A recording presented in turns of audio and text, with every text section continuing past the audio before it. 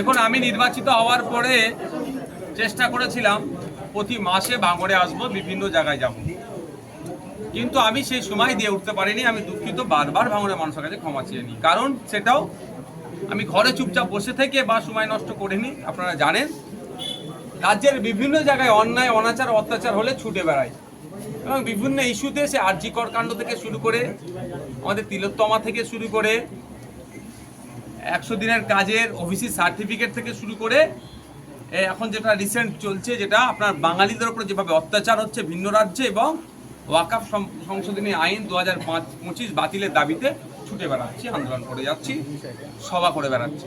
তাই সেই সময় হয়তো প্রতি মাসে একবার করে দেওয়ার সময় ছিল, সেটা দিয়ে উঠতে পারিনি। তারপরেও আমি চেষ্টা করি মানুষের দুয়ারে পৌঁছানোর জন্য, কারণ ভোটের সময় মানুষ খুব ভোট চাই, ভোট দিতে গেলে 4.5 বছর তাদের দেখা নাই, সেই তত্ত্বে আমি বিশ্বাসী নয়।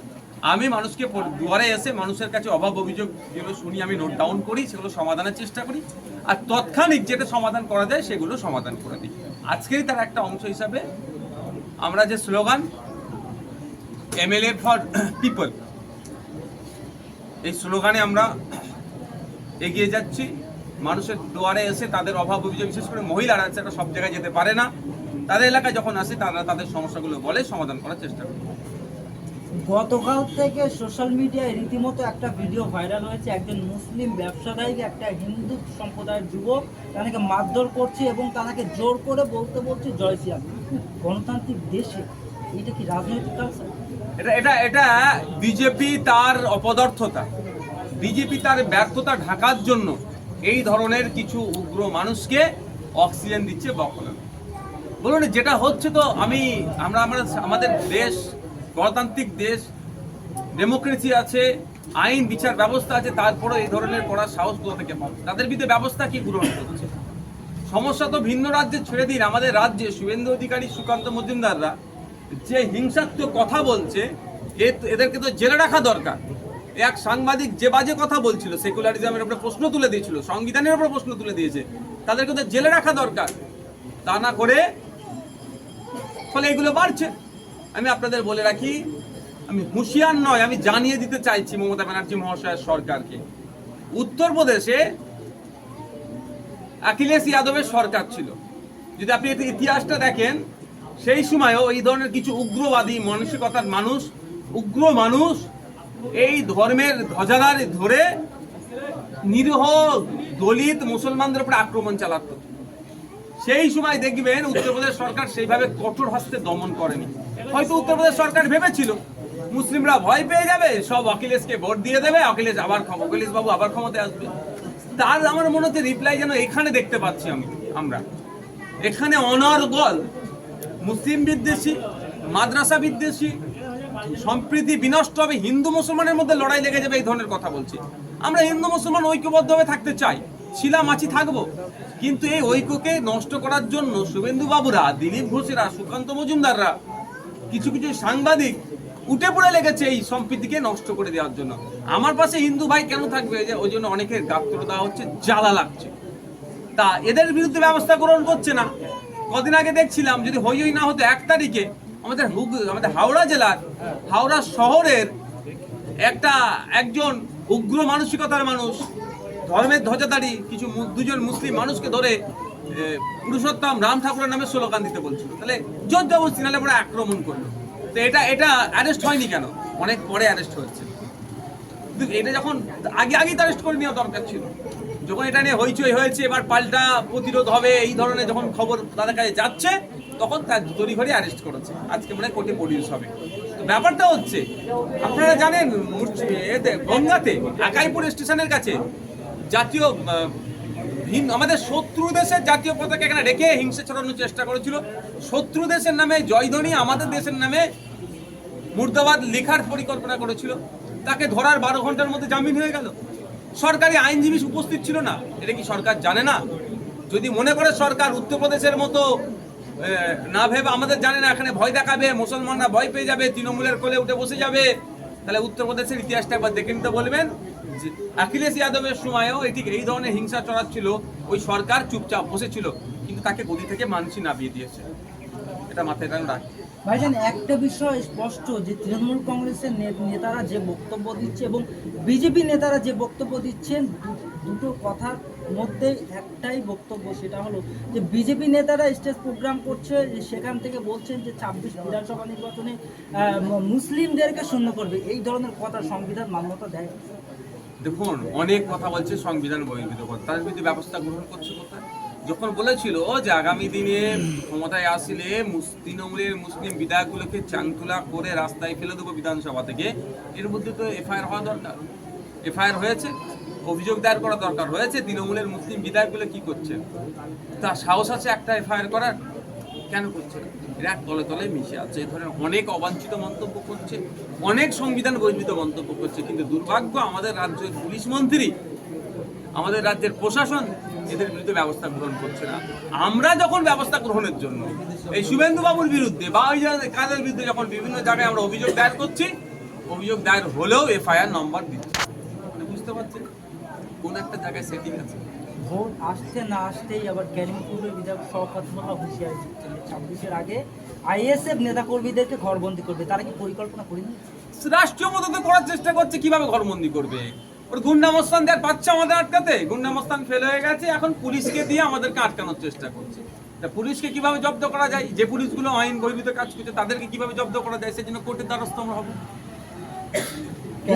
যে শওকত মোল্লার কথা শুনে আরাবুল ইসলাম বা আরাবুল ইসলামের ছেলে বলেছিল ভাঙড়ে নওশাদ সিদ্দিক সাহেবকে ঢুকতে দেবো না, আর সেই আরাবুল ইসলামের ছেলে আজকে আপনাকে দেখে বিশাল খুশি হলো, কি বলবে? যে হাসছিল।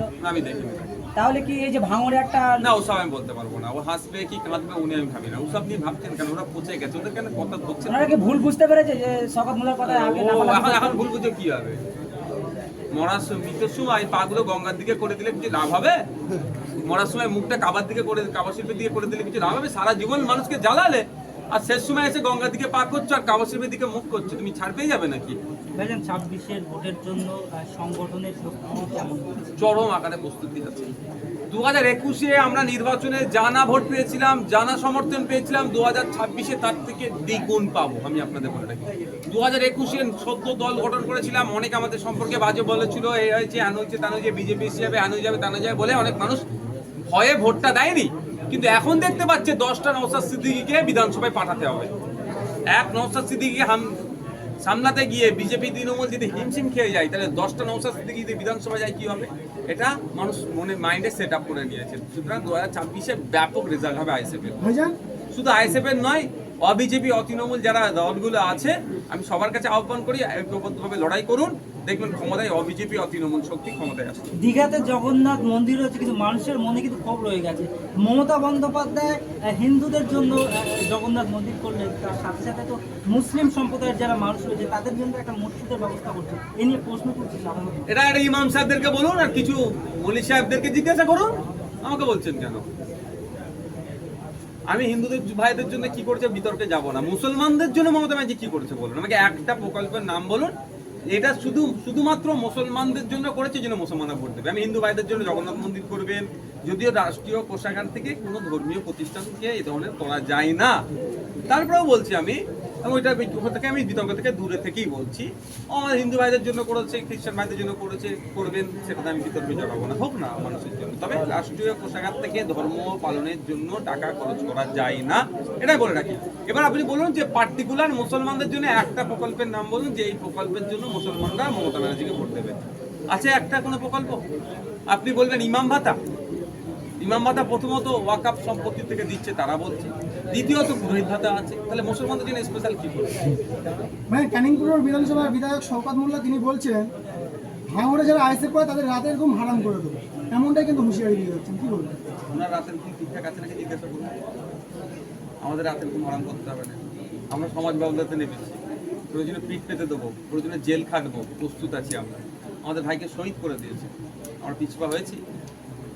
আমাদের ঘুম হচ্ছে কি হচ্ছে না আপনি ওনাকে ভাবতে মানা করবেন। ওনার ঘুম হচ্ছে কি হচ্ছে না, আগামী দিনে কি হবে ওনাকে জিজ্ঞাসা করুন। উনি যতই ভাবছে বিজেপির সাথে ম্যানেজ করে চলবো, বিজেপির কিছু নেতাকে তো উনি ম্যানেজ করে চলছেন, নাহলে ওনার নামে যেগুলো সব আছে ইডিসিবিআই তখন ওনাকে ধরে তিহার জেলে রাখতো। কিন্তু বিজেপির সাথে বকলমে ম্যানেজ করে, সে টাকার ম্যানেজ হতে পারে বা অন্য কোনো ম্যানেজ বলতে পারবো না কোন ম্যানেজ। তো ওনার বলুন ম্যানেজ যখন কেটে যাবে, অন্য দিকে যখন দায়িত্ব পাবে বিজেপির, তখন আপনি কোন জায়গায় থাকবেন একটু দেখুন।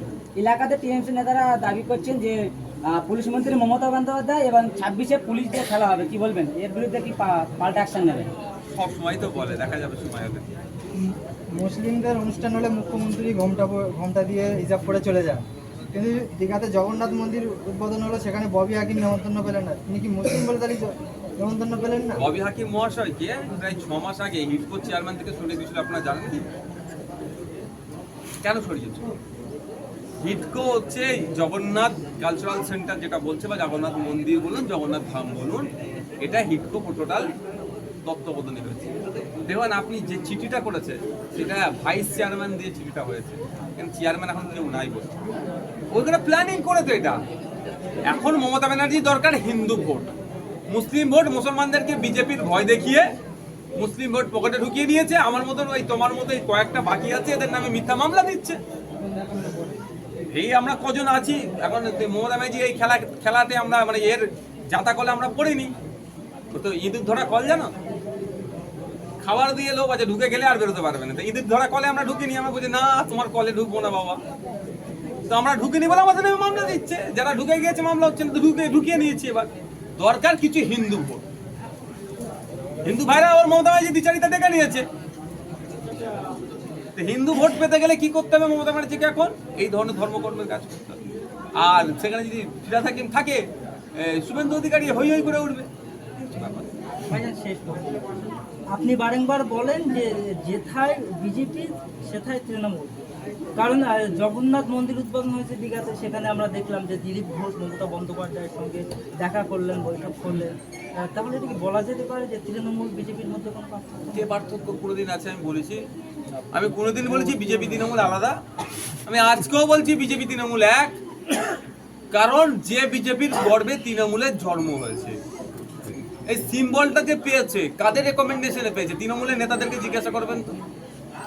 সিম্বল পেতে গেলে যদি ফিক্স সিম্বল কাদের রেকমেন্ডেশনে পেয়েছে? 1998 সালে বিজেপির হাত ধরে তৃণমূলের জন্ম হয়েছে। জন্ম হওয়ার পরে বিজেপি তৃণমূলকে ছেড়ে দেয়নি, হাত ধরে চলা শিখিয়েছে। এখন আলাদাভাবে আছে, অফিসি মানে ভিজুয়ালি দেখছে আলাদা, কিন্তু ব্যাকডোরে ব্যাক স্টেজে তো এক। বিজেপি কি করবে, তৃণমূল কি করবে, সবটাই ঠিক হয় নাগপুর থেকে। কিছু কিছু সংবাদ মাধ্যম এমন এমন কথা বলছে, উস্কানিমূলক কথা, তাতে করে পশ্চিমবাংলায় হিন্দু মুসলিমের দাঙ্গা লাগছে। রিসেন্ট গতকালকে যে ভিডিওটা ভাইরাল হয়েছে, এ নিয়ে আরামবাগ টিভি রীতিমতো তিনি খবর করেছেন। তিনি বলছেন যে এটা অস্বাভাবিকের কিছু নয়, এটা স্বাভাবিক, কারণ কাশ্মীরে হিন্দুদেরকে দেখে বেছে বেছে মারা হয়েছে, এটা স্বাভাবিক। পশ্চিমবাংলা হতে পারে। আমি একটা কথা বলি, কাশ্মীরে ধর্ম দেখে যদি মারে সেটা ভালো কাজ করেছে, খারাপ কাজ করেছে। সবাই এক বাক্যে বলবে খারাপ কাজ করেছে, যে অমানুষ তে বলবে ভালো কাজ করেছে।